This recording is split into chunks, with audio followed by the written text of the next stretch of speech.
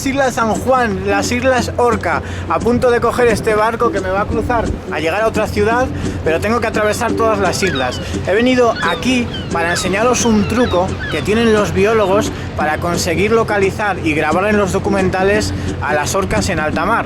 No sé si me va a salir, espero que el tiempo aguante y poder enseñároslas. Y me va a venir muy bien estar aquí en este lunes de terapia, porque después de tanto tiempo en la montaña y tener las piernas rotísimas, estar en alta mar y que me dé un poco la brisa marina, me va a venir genial. Ahora, pues vamos a por las orcas.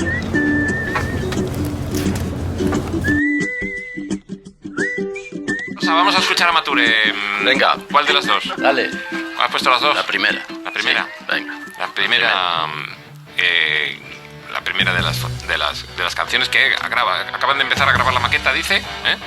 Y bueno, suena muy bien. A ver. Venga.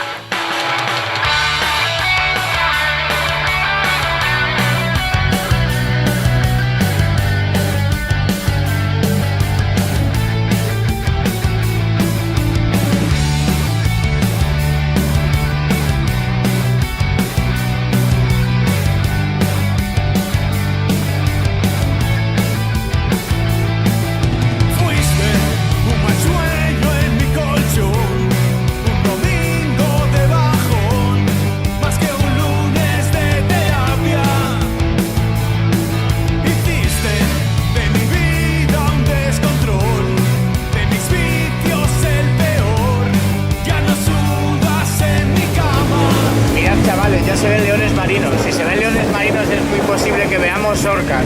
Los leones marinos se distinguen de las focas porque tienen orejas, ¿sabéis? Como nosotros, los oídos son internos pero tienen orejas. En el cuello tienen como pelo, por eso se asemejan a leones. Y tienen luego en las cuatro patas garras para agarrar bien a sus presas y poder comérselas, y por el suelo pues andar por la tierra como buenamente pueden, pero mejor que las focas.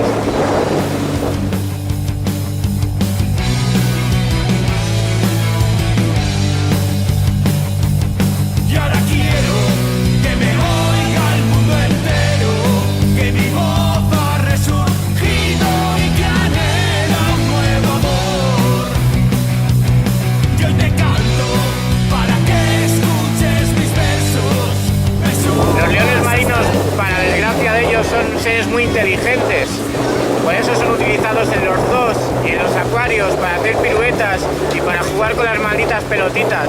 En Cabárceno, en Cantabria, tenemos unas cuantas, y ¿sabéis lo que pasa cuando se hacen mayores y ya no juegan con las pelotitas? Que los mandan al Palacio de la Magdalena, a un geriátrico que hay allí en una especie de poza, cuidados, eso sí, como una atracción turística, pero da un poco de pena, ¿no? Ya en el siglo XXI...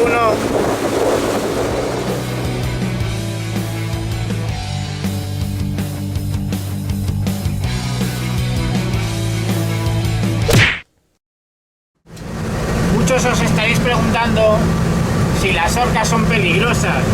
Bueno, tenéis que saber que no conviene tomarse a ningún depredador a la ligera, pero aún así no son tan terroríficas como el cine nos las hace ver.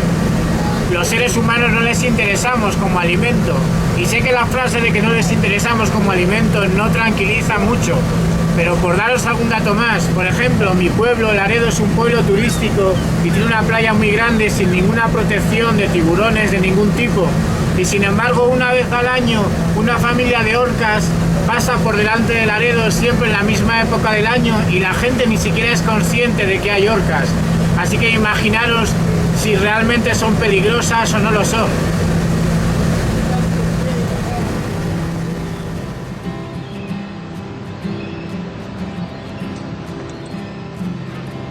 En el siglo XVIII, los españoles las llamaron ballenas asesinas de ballenas, al darse cuenta de que cazaban a otros cetáceos.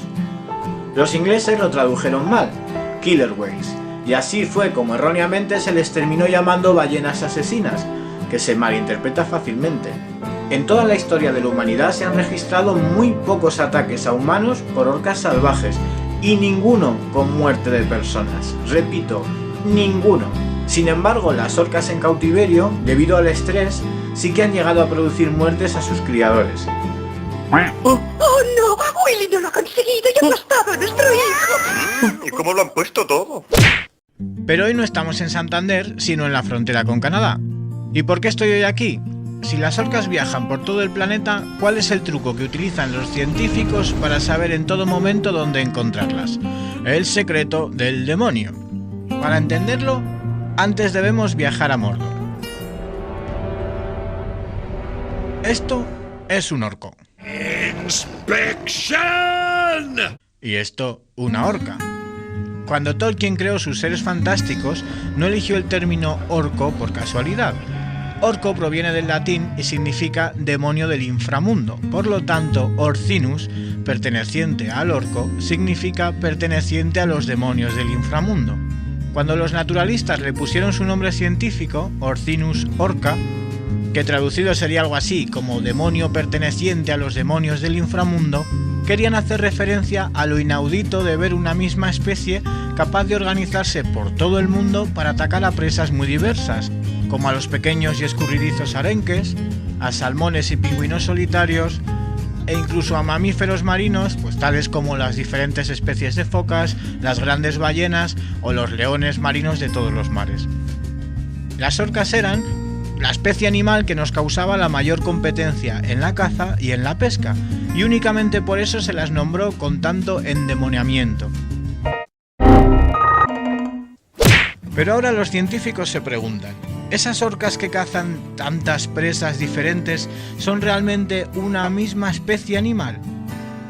En los años 70, en las Islas Orca de este mar de Salis donde me encuentro ahora, un científico se empezó a dar cuenta que por lo menos había dos tipos diferentes de orcas. Unas más pequeñas que comían solo salmones y otras más grandes y en grupos más reducidos que solo se alimentaban de mamíferos marinos. Él las llamó orcas residentes y orcas transitorias. Las orcas residentes pasan casi todo el año aquí, en el mar de Salis, en la frontera entre Canadá y Estados Unidos, y lógicamente pues son muy fáciles de grabar. Hoy sabemos mucho más. Sabemos que estos dos tipos de orca hace miles y miles de años que no se juntan ni se reproducen entre sí. Tienen un comportamiento social distinto, un lenguaje diferente y una forma distinta de transmitir el conocimiento a sus crías. Pero la cosa no queda ahí. Hoy aún seguimos investigando porque ya llevamos 10 diferentes tipos de orcas descubiertas que no se reproducen entre ellas desde hace miles y miles de años y que tienen hábitos, incluso morfología diferentes. 5 ecotipos están en el hemisferio norte y otros 5 en el hemisferio sur. Como aún no sabemos todo sobre ellas, muchos científicos no se atreven a empezar a llamarlas especies distintas y seguimos llamándolas ecotipos. ¿Y qué es un ecotipo? Es un término para referirnos a una especie en proceso de definición. Por ejemplo, las más grandes, las de tipo A, que cazan ballenas y pingüinos, comparten la Antártida con otro tipo de orcas enanas, las llamadas orcas del Mar de Ross, que solo se alimentan de peces. Estas orcas pequeñas y verdosas no solo no se alimentan de mamíferos, sino que incluso una vez a una bióloga inglesa que estaba recogiendo muestras en el Mar de Ross, en la Antártida, una orca de este tipo se le acercó y le ofreció como regalo un trozo de bacalao.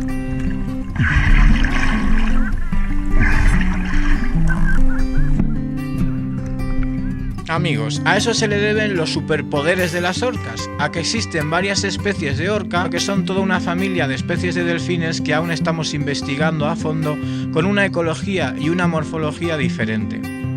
Las diferencias morfológicas son difíciles de ver a simple vista. Fijaos en la aleta dorsal de la orca más grande. Si crece como echada hacia adelante, es una familia de orcas residentes del Mar de Salis, las que solo comen salmones, que hasta un tonto con una cámara como yo las puede llegar a filmar.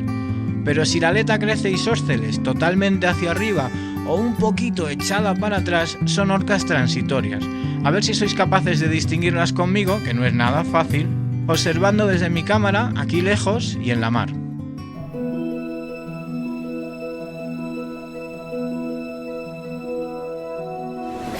Chavales, el capitán ha anunciado por megafonía que vamos a ver orcas. Están detrás de esa isla y nos pillan de camino. Vamos a detenernos un poco, a ver si sois capaces de entender qué tipo de orca es.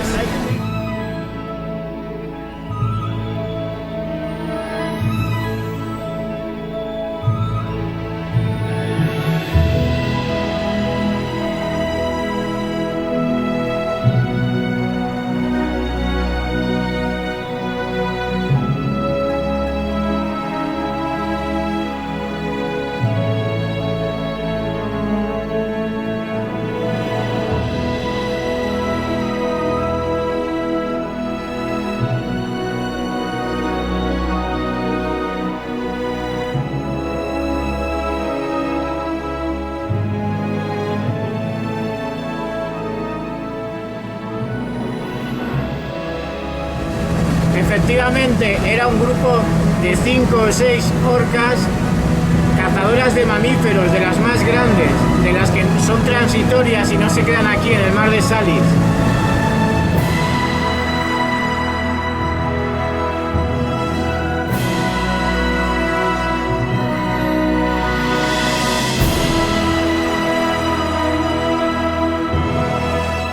Ya estoy otra vez aquí en Harbor Friday.